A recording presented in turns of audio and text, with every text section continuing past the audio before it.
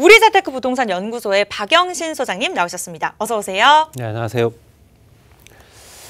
길이 뚫리면 이제 부동산 가격이 오른다, 뭐 이런 얘기가 있어요. 실제적으로 뭐 그런 건 사실이고요.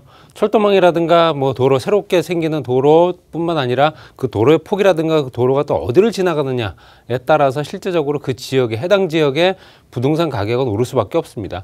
그만큼 접근성이 뛰어나지면서 그 지역의 토지들, 특히 이제 그 지역의 부동산들의 활용 가치가 높아지기 때문에 사실상 가격이 오를 수밖에 없는 거고요. 그렇기 때문에 이제 국가에서는 실제적으로 기관망 산업, 특히 이제 SOC 산업에 굉장히 중점적으로 예산을 편성을 합니다. 철도라든가 도로라든가 항만이라든가 기본적인 SOC 사업을 진행할 때 그 지역과 지역을 거리를 가깝게 만드는 어떤 그런 근접성을 뛰어나게 만들기 위한 철도망이라든가 도로망이라든가 또는 현재 그 도로까지 연결된 부분에서 연장을 한다거나 아니면 철도 같은 경우는 뭐 현재 복선 전철 사업을 해서 그 지역 이용객을 더 늘린다거나 이런 형태로 가겠죠. 그렇다면 1차는 이미 뭐 90년대 후반 정도에 시작이 됐다는 얘기고요. 2차 대도시권 광역 교통 계획. 그러니까 대도시권입니다. 대도시권이기 때문에 지방 소도시는 아니고요. 실제적으로 우리가 알고 있는 광역시 정도까지 다 포함이 돼야 된다는 겁니다. 거기에 시행 계획이 또 어떠냐에 따라 달라지기 때문에 그거를 실제적으로 기간으로 우리가 따져봤을 때는 이런 형태로 갑니다. 실제적으로 계획을 잡을 때는 20년 계획을 잡고요. 20년적인 국도 종합계획과 국가 기간 교통망 계획이 크게 큰 틀 두 개로 잡아서 대도시권 광역 교통 기본 계획이라는 걸 수립을 합니다. 그래서 대도시권에 광역교통망, 근데 중소도시에서 대도시까지 연결될 수 있는 도로망들을 확충해 주게 되면 중소도시 쪽으로 인구가 분산 효과도 있고 또 그 지역에 활성화시킬 수 있는 역할도 되기 때문에 20년 정도의 장기적인 플랜으로 대도시권 광역교통 기본계획을 잡고요. 그래서 도시 같은 경우 도시교통정비 기본계획이라는 걸 또 새롭게 수립을 해서 실제로 그 수립된 계획에 따라서 진행을 시킨다라고 보시면 될 것 같고요. 그 다음이 조금 짧게 봤을 때 10년 계획이 따로 있습니다. 20년 계획 안에 들어있는 거겠죠. 그래서 거기에는 지능형 교통체계 기본계획, 요즘 같은 경우는 지능형 교통체계를 굉장히 또 중점적인 사업으로 하고 있기 때문에 국가 철도망 구축 계획이라든가 국가 도로망 종합 계획, 철도와 도로가 들어가 있고요. 거기 지속 가능한 국가 교통 물류, 그러니까 철도와 도로 물류까지 들어가 있는 부분이 10년 계획이다 보시면 될 것 같습니다. 그래서 현재 실제적으로 그 계획에 따라서 움직인다. 도시 철도망 구축 계획과 그다음에 지속 가능한 지방 교통 물류 발전 계획이 같이 들어간다 보시면 될 것 같습니다. 도시 지역으로는.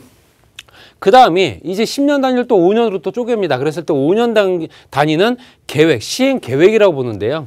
시행 계획 같은 경우는 중기, 환승센터, 복합센터 구축 계획이라든가 대도시권 교통 혼잡 도로 개선 사업이라든가 조금 작게 빠르게 진행될 수 있는 사업들이죠. 그래서 대중교통 기본계획부터 해서 국가교통 안전기본계획, 그다음에 환승센터 조성사업 뭐 이런 것들까지 같이 들어가 있죠. 그래서 이런 것들이 대도시권 교통, 광역교통 기본계획 안에 들어가 있으면서 실제적으로 도시교통 정비 중기 사업이라든가 보행교통 또 지방교통 약자를 위한 또 교통 기본 계획 뭐 이런 거 같이 들어가 있기 때문에 복잡하게 생각하실 필요 없이 보통 이제 국가 기관 산업을 위한 국가 도로망 철도망이라든가 우리가 교통 계획을 잡을 때는 20년 중에서 10년, 5년으로 나누어서 개발을 시작을 한다.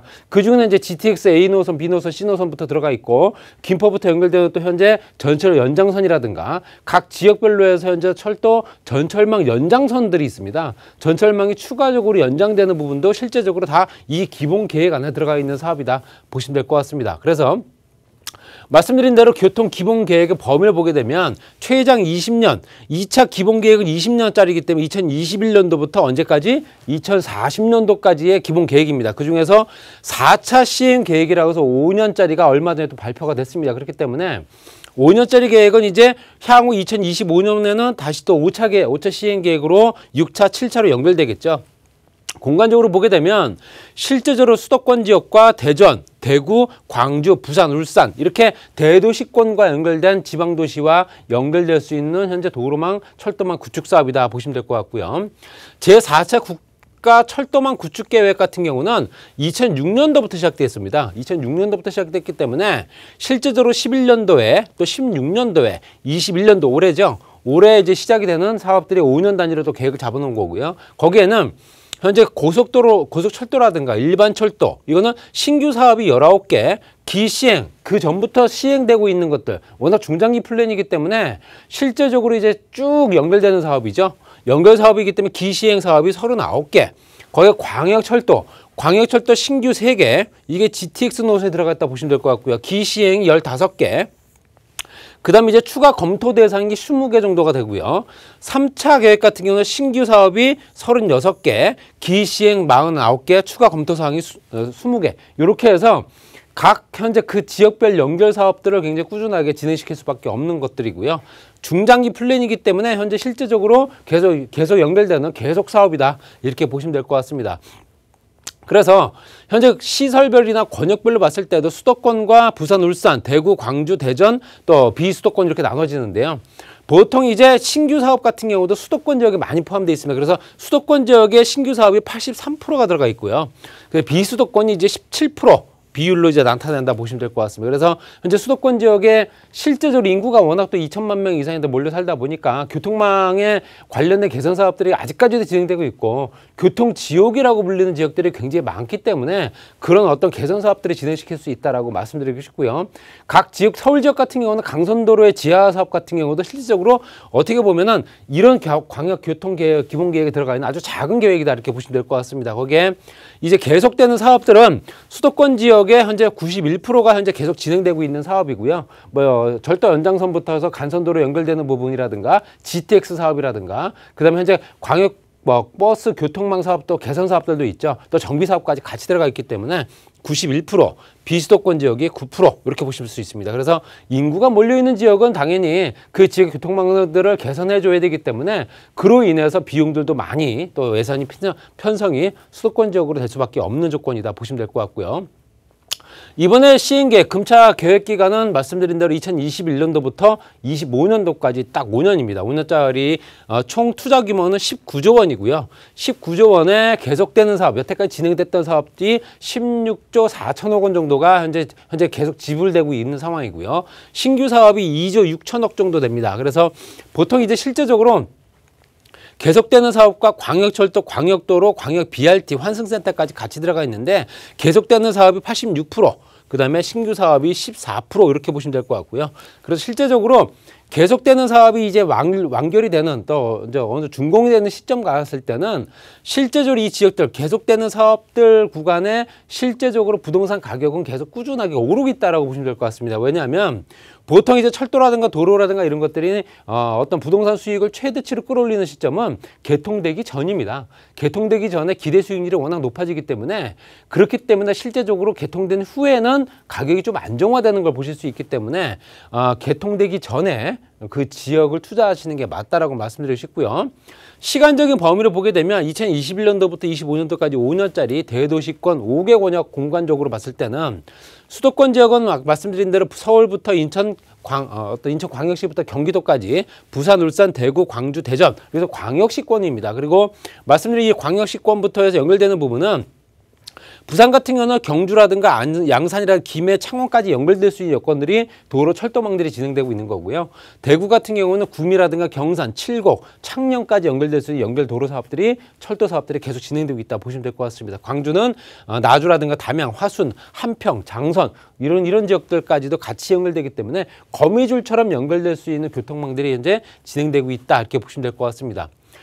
그래서 실제적으로 도시권의 확대가 될 수밖에 없는 인구 구성 자체가 수도권 지역에 2천만 명 이상이 또 현재 거주하다 보니 99년도와 2018년도의 차이를 보게 되면 굉장히 붉은색이 많이 보이는 걸 보실 수 있습니다. 그리고는 인구 밀도가 그만큼 높아졌다는 얘기고요. 인구 밀도가 높아진 만큼 광역교통 버스 교통망들이 현재 진행되고 있다. GTX C, A, B, C 노선부터 해서 각 지역별로 해서 현재 신도시들이라든가 3기 신도시까지 같이 연결되기 때문에 그런 것들이 연결되는 사업들 중에서도 실제적으로 가장 빠르게 개통될 수 있는 지역들, 가장 완공이 빠른 지역들, 이런 지역들이 아무래도 수혜를 더욱더 많이 볼 수밖에 없다. 이렇게 보시면 될 것 같고요. 이번에 GTX D 노선은 다시 재검토했지만 실제적으로 부천 종합운동장역까지만 현재 운행하는 걸로 이제 얘기가 됐습니다. 그렇기 때문에 D 노선이 실제적으로는 현재 하남을 지나서 이제 강남을 지나 하남까지 연결되는 거로 이제 당초에 이제 어느 정도는 지역민이라든가 또 각 어떤 그 지자체라든가 이런 형태에서는 그걸 원했지만 그게 안 됐죠. 그래서 실제적으로 진행되고 있는 가장 빠른 속도의 광역교통버스 교통철도망은 GTX A 노선이고요. 현재 착공해서 공사가 한창 진행 중이고요.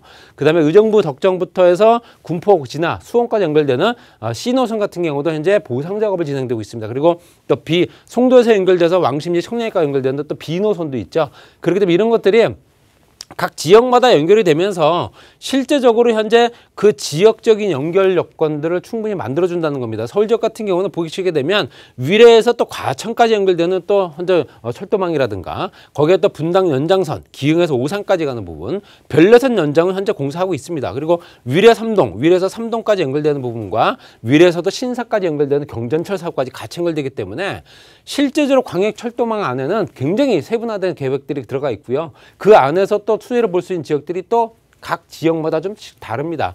그렇기 때문에 그 지역의 인구가 얼마만큼 몰려들고 있는가 이걸 또 보실 수 있기 때문에 그 지역별 편차도 또 굉장히 다양하다.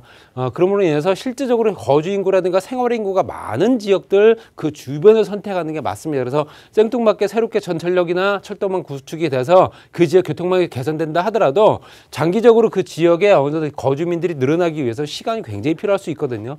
생활 인구가 많으면서 현재 그 지역 인구 밀도가 높은 지역들, 그 지역을 거치고 있는 전철망이라든가 철도망들 이런 지역을 한번 투자 여건을 한번 따져보시기 바랍니다.